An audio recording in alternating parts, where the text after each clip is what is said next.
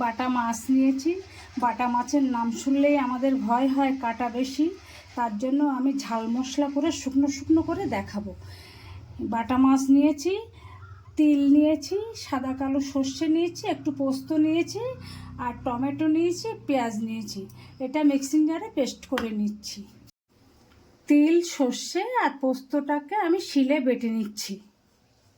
একটা কড়াই বসিয়ে দিয়েছি, তাতে দিয়ে দিচ্ছি সর্ষের তেল।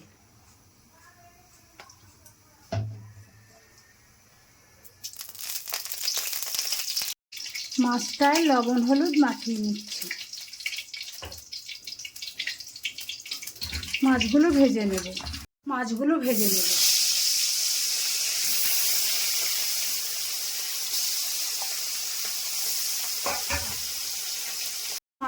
লাল লাল করে ভেজে নিয়েছি, এবার তুলে নিচ্ছি।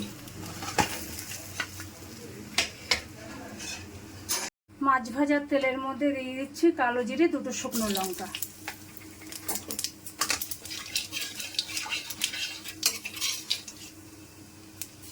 এবার দিয়ে দিচ্ছি টমেটো বাটা, পেঁয়াজ বাটাটা।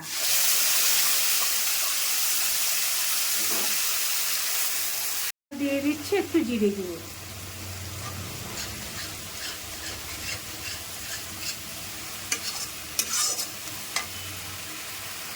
এবার দিয়ে দেব সর্ষে বাটা, তিল বাটাটা আর কাঁচা লঙ্কা বাটা, আর একটু পোস্ত দিয়েছি।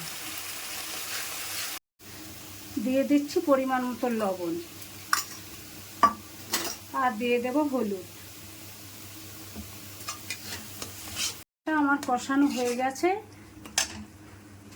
এবার পরিমাণ মতো জল দিয়ে দেব।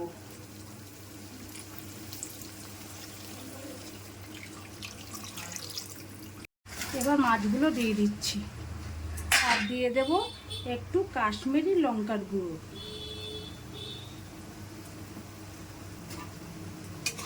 হয়ে গেল আমার কাটা মাছের ঝাল মশলা।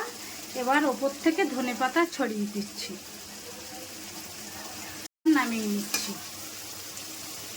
এইভাবে আপনারা বাটা মাছের ঝাল মশলা বানিয়ে খাবেন।